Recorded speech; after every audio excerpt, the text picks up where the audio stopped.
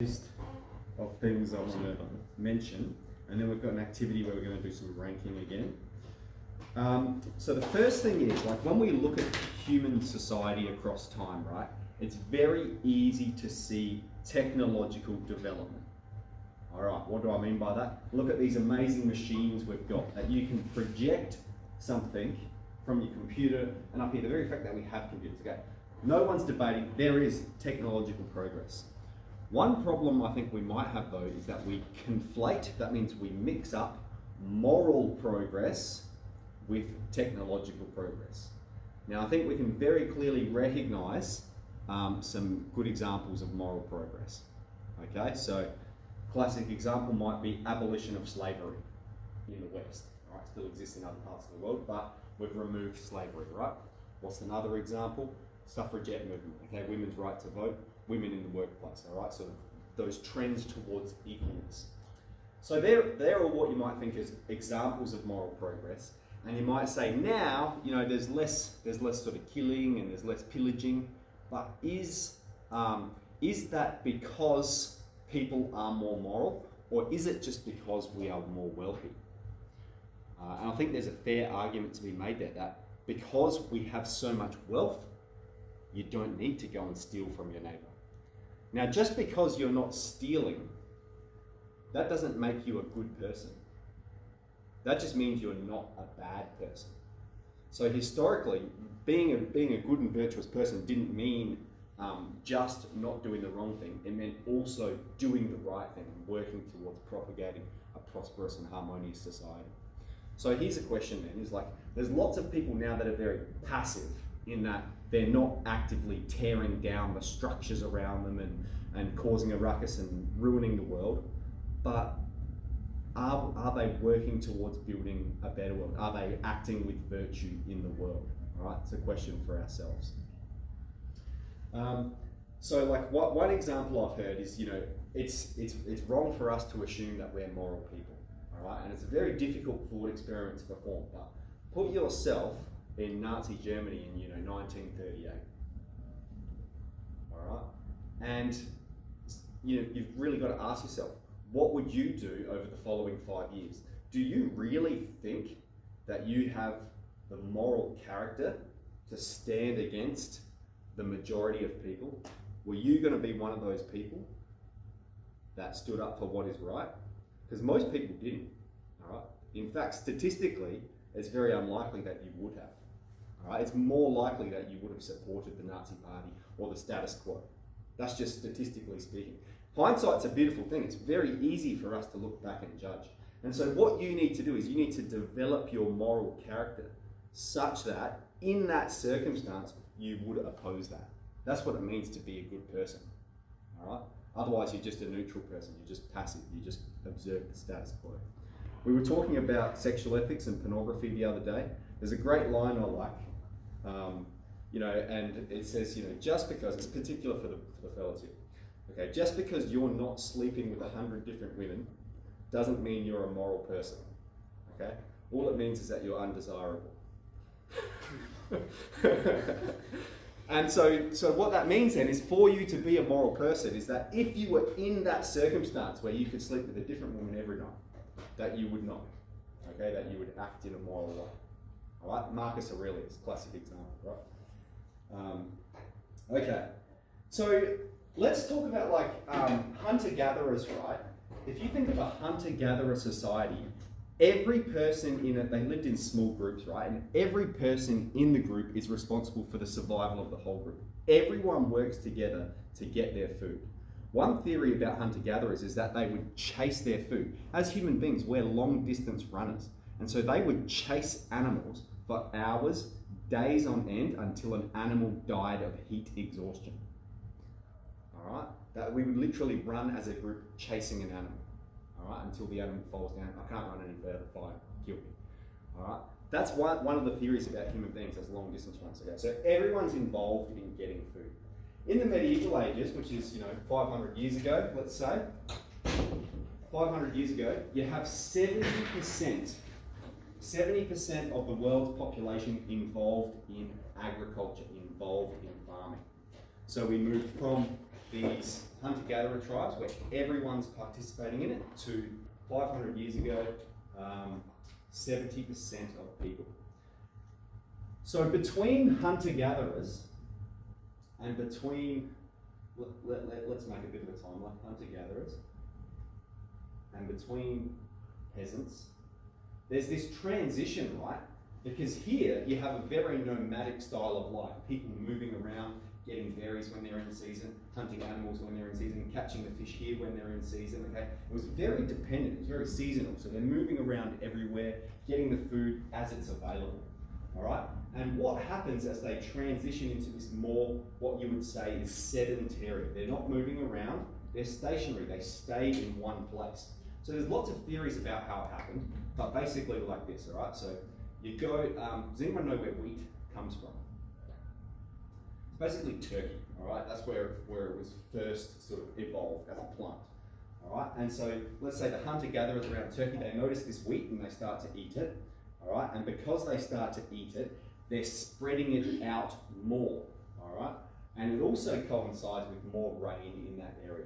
So they come along, they're eating the wheat, they're spreading it out, and there's more rain. So next year they come along and there was more wheat.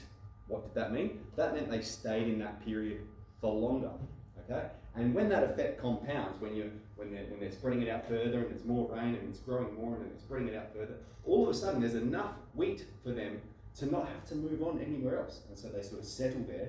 And now, rather than moving from place to place and hunting, they build permanent residences and they start farming. They start tilling fields, back-breaking work, pulling massive rocks, Flynn, out of a field. You ever dug a hole?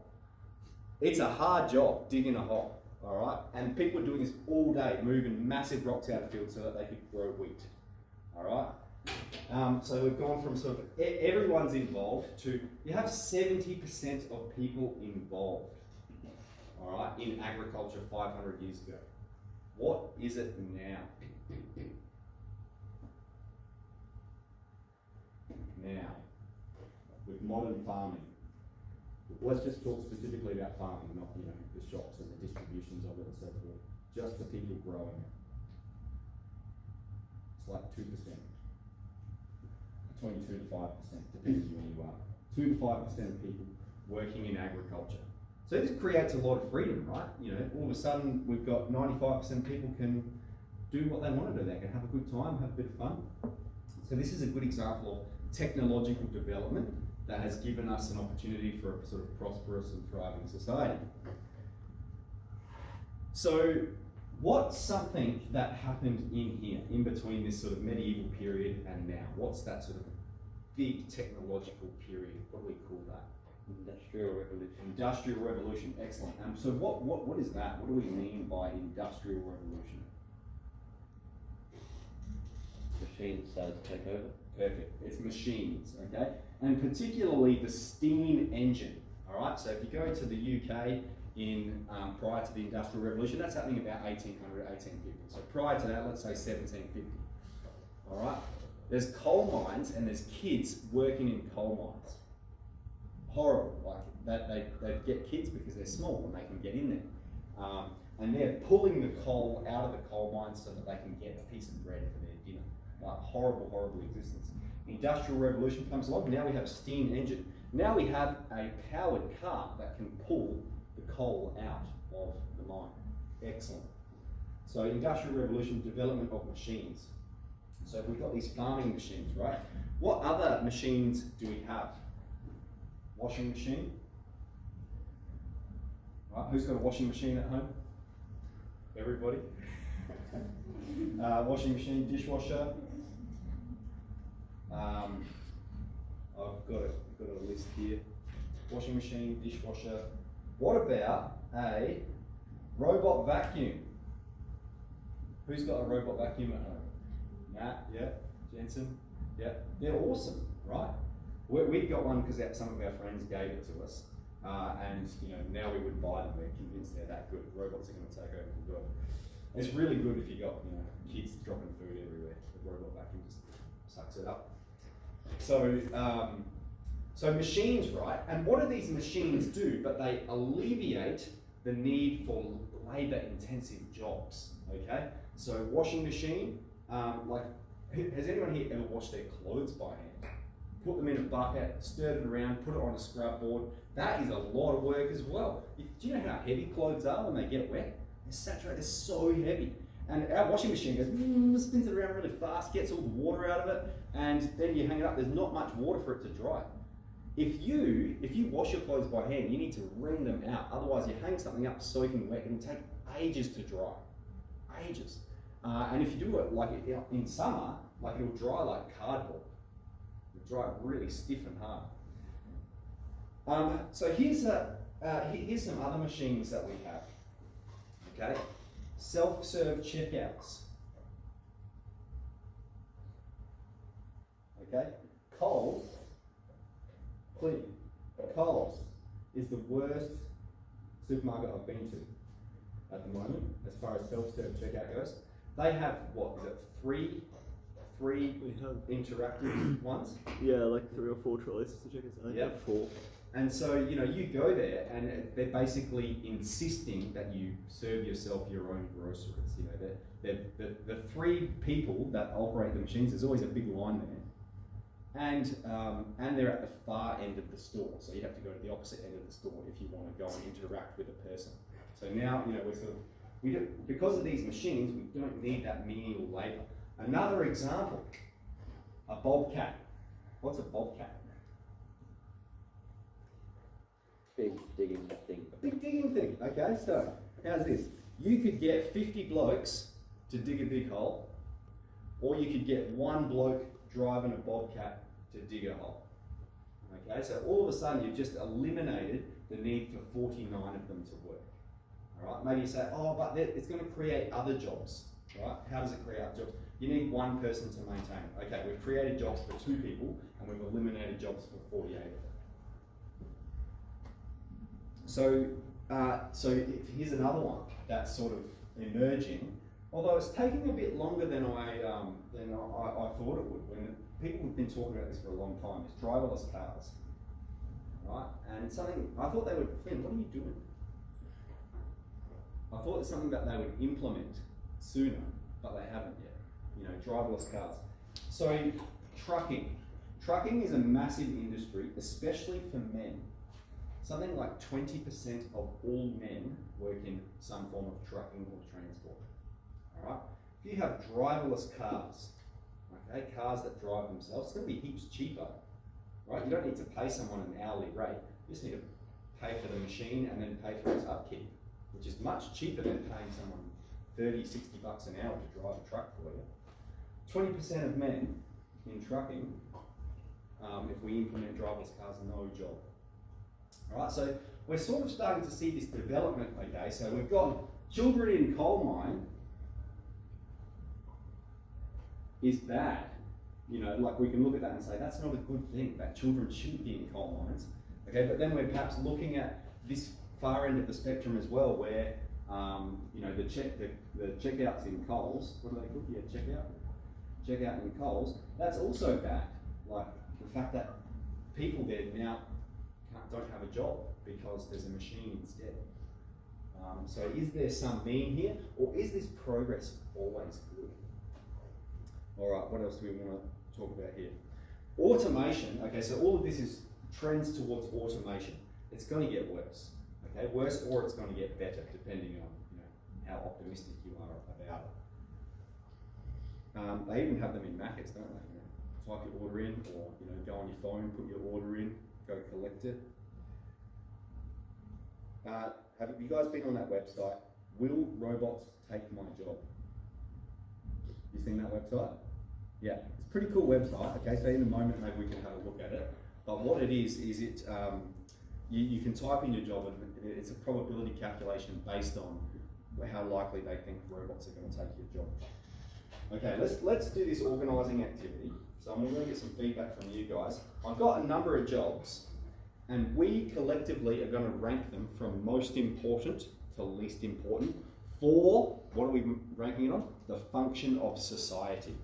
So I've intentionally got some really important ones, well, what I would consider, and some really useless ones, well, what I would consider. And then we're going to try and draw some line between essential and non-essential. So here's the jobs I've got. I might make we can see that. Can you guys see that? I'll make 2 columns and make a line. Layout, columns, 2. Oh, you know what I'll do? I'll dot point it. I'll dot point it because then it'll get rid of the paragraph space. There we go, make it a bit bigger.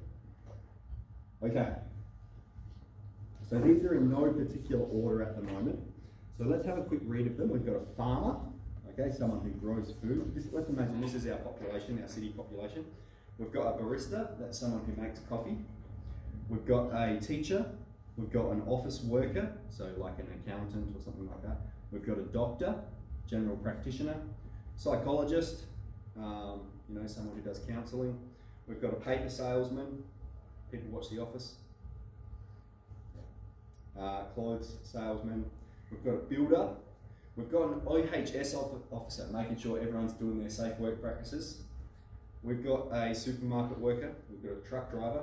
We've got a life coach. We've got a engineer. We've got a journalist, getting the news out to everybody, letting them know what's happening in the world. We've got a cabinet maker. We've got a tattooist, someone who does tattoos for people. And we've got a car salesman. Okay. Billy, what's the most important one, do you reckon? I'd say probably a doctor or a farmer. Doctor or farmer, excellent, okay. Flynn, what would you say out of those 2? Probably doctor. The doctor's more important than the farmer? Yeah? Yeah. I would disagree, just because I think you need to eat food, because if you're not eating food, then you're going to need to see the doctor. So I would say farmer first. Doctors are very important in keeping the health of people. Okay, so I've got farmer at the top, so I might leave that one there, unless anyone can see a stronger objection along here. All right, are people pretty happy with farmer? Okay, so what about next? What are we going to rate next? Caitlin, what do you think? What's under farmer? What's the next most important?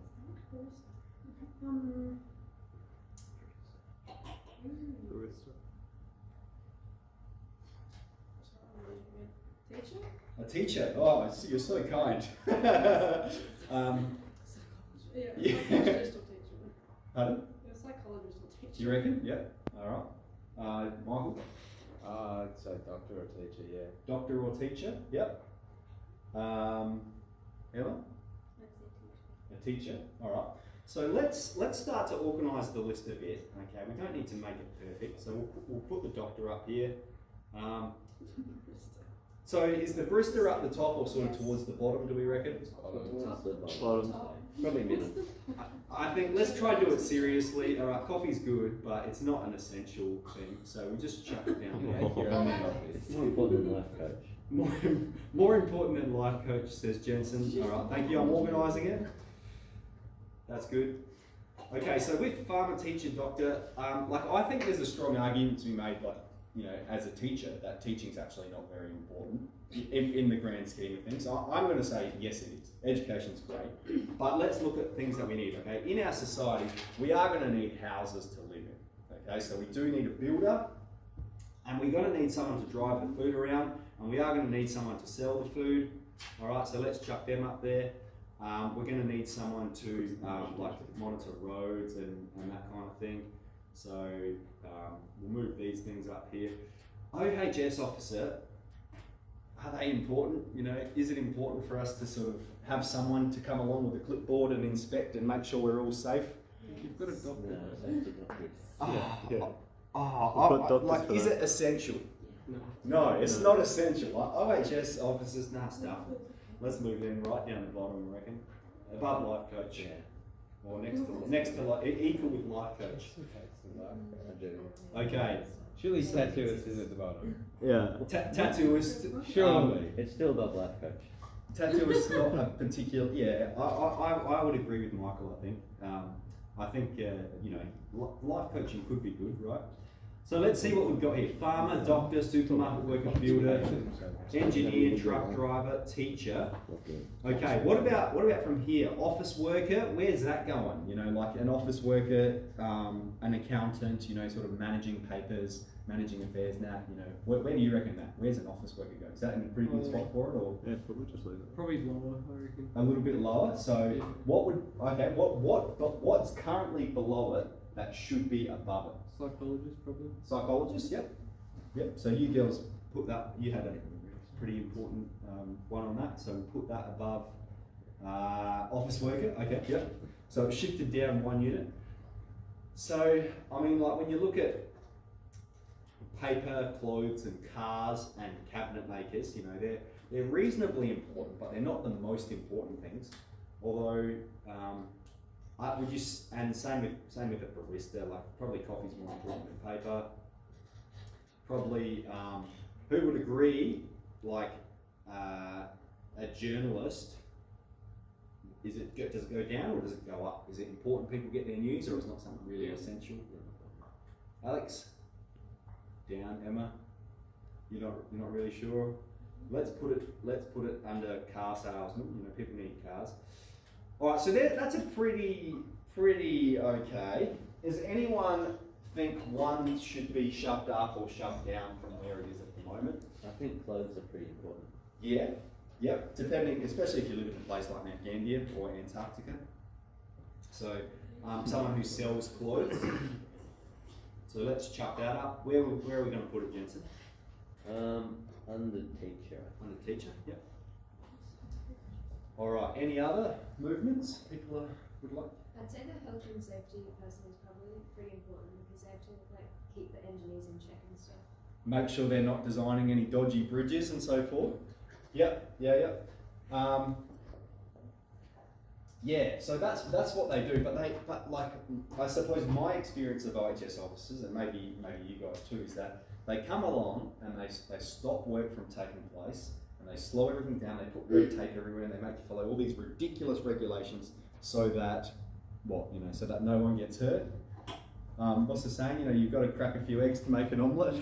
But okay, I'm happy to move it up. Like who? So, does anyone agree with Alex? I know the boys are like, nah, no OHS. So, you know, go up a little bit. You reckon, Mercedes? Where am I going to put it? Where should we put it?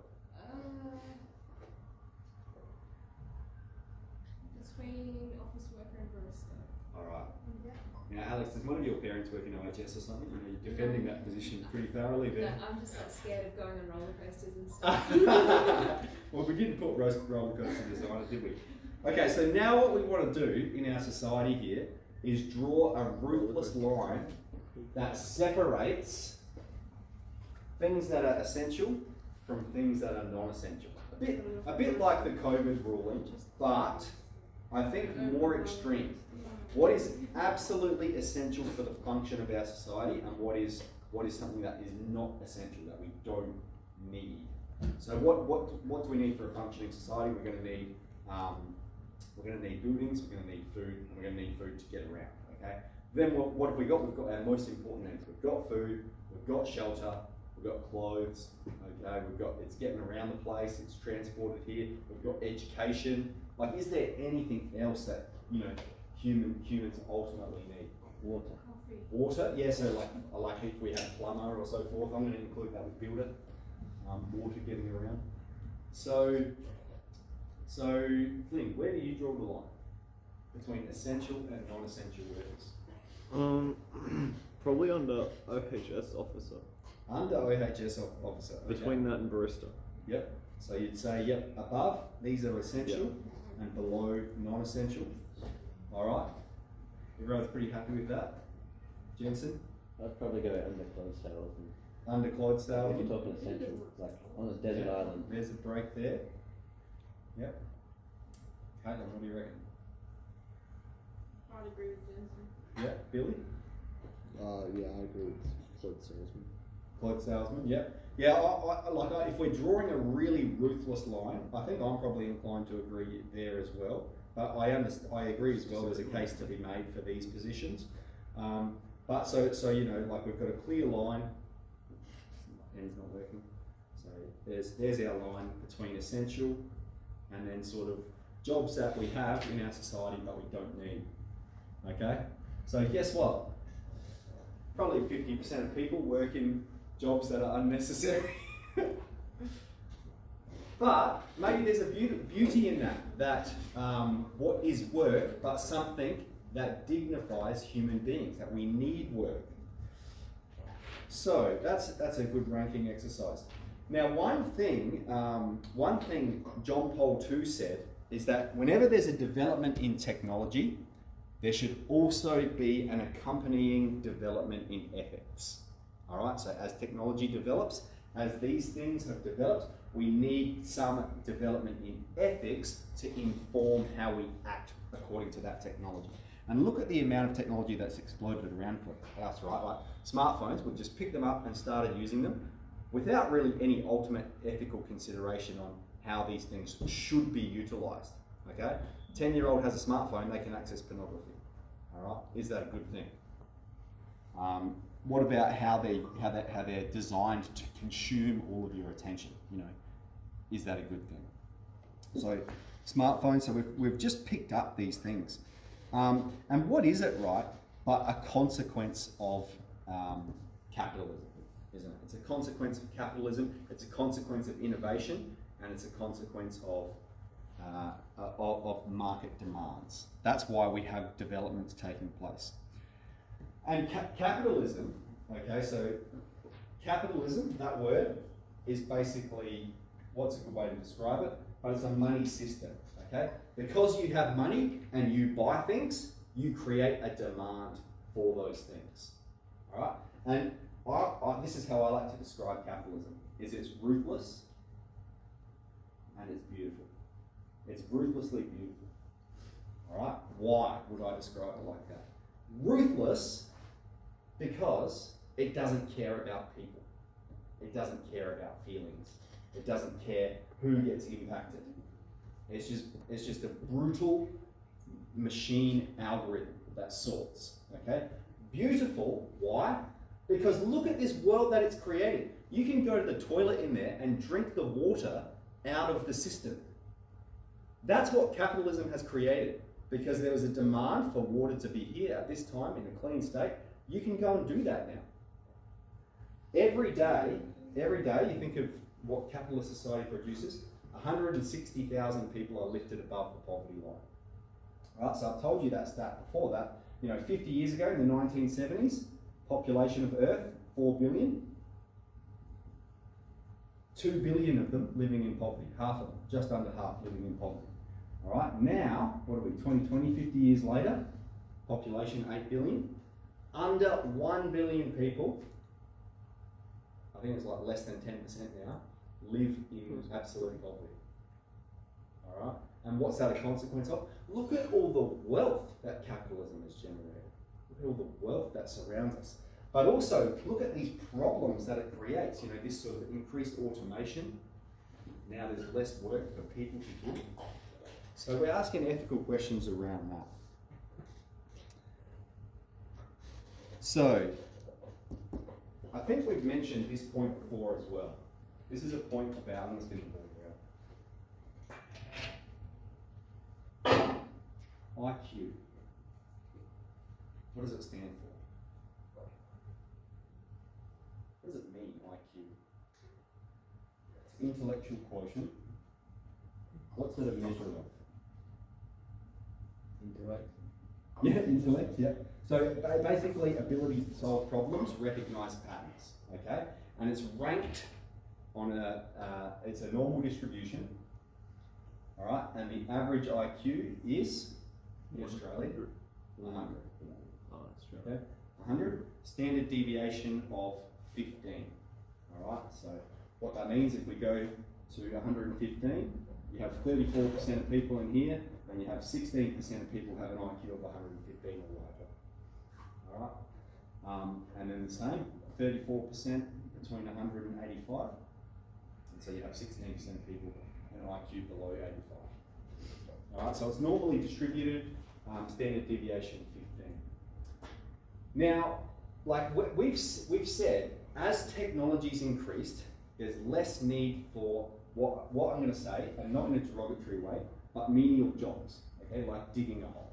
All right, we don't need people to do that because we have machines that can do that, isn't it? So there's less need for people, which means we need to develop a more complex job for humans, okay? So complexity increases, job complexity increases. But there's a problem. There's a problem because not every person has the capacity to be an engineer or a doctor. All right? Not everyone can be an engineer. It requires complex, abstract problem solving. All right? Not everyone has that. Just like not everyone can be a professional basketballer. Okay? Not everyone has the athletic build for it. So with IQ, right? If you have an IQ below 80, all right. So this is something that the US Army recognised. That's about 10% of people. Okay, 10% of people, and you are probably not encountering these people on a daily basis. All right. The very fact that you're in this environment here in Year 12 suggests you're probably not encountering these people every day. All right. This is the kind of person, like this is an activity that they often, get them to do, is like fold a piece of paper into equal thirds and put it in an envelope. All right, and that is a challenging activity for them to put it into equal thirds. All right, that's 10% of the population in Australia. So the US Army figured out if someone, you think the US Army, right? They want cannon fodder. They want people to be in. They want people to be in the army, right? But they figured out pretty quickly that they can't accept people that have an IQ below 80. Right? So here's 10% of the population that have trouble folding a piece of paper into equal thirds. What are those people going to do? That's where like digging a hole was a good job for them. So as complexity increases, job complexity is increasing. Not everyone can be an engineer. It's a consequence of capitalism that we have these machines, and we think there's heaps of wealth though. There's heaps of wealth. Everyone's got everything they want. Everyone's going to be happy. There's something to be said for work though, right? Like work increases, gives you dignity. You get dignity from work. It gives you purpose and a meaning, even if it is digging a hole. There's a saying, all right? It says, if your job is to sweep the streets, all right, sweep the streets the way Picasso would sweep the streets. So like you think of Picasso, did fantastic art and artwork and so forth. So sweep the streets in that manner. Okay, I think pretty well done. So we've got kids in coal mine is bad, but perhaps so is it if we just have too much automation. That work is good. What do you guys think? What do you reckon, Matt? I don't know. Coal mine's pretty bad, but yeah. There's no jobs, what are you gonna do? If there's no jobs, what are you gonna do? Yeah, well, maybe you could like just play video games all day. That'd be fun, right? That'd be good. Would that be good if no one had to work? What do you reckon, Billy? You like video games? Would you want to play them all day? If nobody worked, there wouldn't be people maintaining electricity and water and all of these necessities. Yeah. So I think people have to work. Yeah. Not everyone does though, do they? Yeah. And as we've got increased automation, it's getting less and less. That you could have maybe, we saw before 70% of people working in farming, now 2%. That's going to get worse. As machines get better and better at doing things. And you can have machines that maintain other machines. You don't need a mechanic. You can have a machine that maintains your car. Yeah. Mercedes, what do you reckon? I think people do need work. Yep, you think work's good? Yep. Yeah. Yeah. But not in the coal mine. No. Yeah. So there's like a balance there. Emma. We actually have a thing in our tractor that can make our tractor drive itself around the paddock. Isn't that amazing? Yeah. And is it GPS or is it? Yeah. That still sits in the just in case. Just in case. So, and you can get it to harvest all the stuff. We don't use it in the harvest, we use it in the tractor that can tow other stuff. Oh, It's right. like the hay baler, the plough, the Excellent. seeder. Yeah. Oh, can you stop that? Yeah.